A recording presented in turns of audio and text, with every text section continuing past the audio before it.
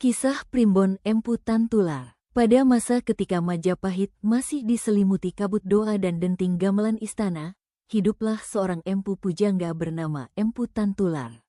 Ia bukan empu penempa besi, melainkan penempa rasa, kata, dan takdir.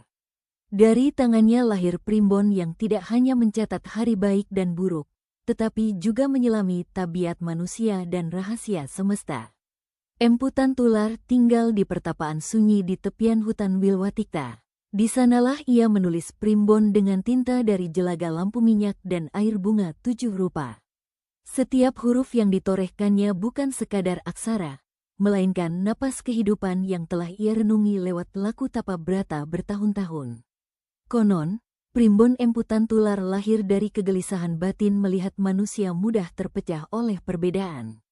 Pada suatu malam Selasa Kliwon, ketika angin berhembus membawa suara gaib dari arah Gunung Penanggungan, Empu Tantular mendapat pawisik.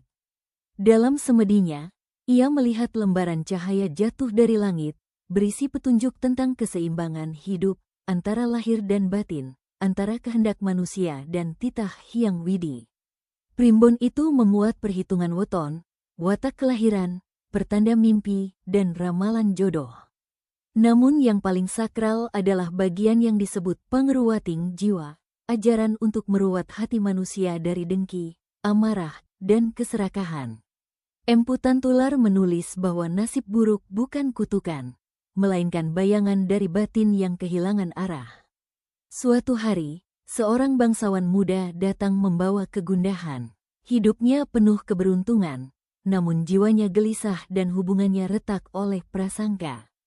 Empu Tantular membuka primbon, menghitung wetonnya, lalu berkata lirih, "Bukan hari lahirmu yang salah, tetapi pikiranmu yang terikat oleh rasa memiliki." Ia mengajarkan laku sederhana, diam, jujur pada diri sendiri, dan menyelaraskan niat dengan perbuatan. Ajaran itu tertulis jelas dalam primbon, hidup akan seimbang bila manusia tidak melawan kodrat, namun berani menata batin. Primbon Empu Tantular juga mencatat pertanda alam, gerak awan, arah angin, dan suara burung malam dianggap sebagai bahasa semesta. Namun ia selalu mengingatkan murid-muridnya agar tidak menjadikan primbon sebagai alat menakut-nakuti manusia. Primbon adalah pelita, tulisnya, bukan rantai yang membelenggu langkah. Menjelang akhir hidupnya, Empu Tantular menyembunyikan naskah primbon dalam peti kayu cendana. Ia menitipkan pesan, siapapun yang membacanya harus lebih dulu membersihkan niat. Sebab ilmu tanpa welas asih hanya akan melahirkan kesombongan. Pada malam wafatnya, langit Majapahit dilaporkan bersinar redup keemasan. Tidak ada ratapan keras, hanya keheningan panjang. Sejak saat itu, primbon Empu Tantular diwariskan secara lisan dan tertulis, berpindah dari generasi ke generasi, menjadi penuntun bagi mereka yang mencari makna di balik angka dan tanda. Hingga kini, nama Empu Tantular tetap hidup dalam bisik primbon Jawa.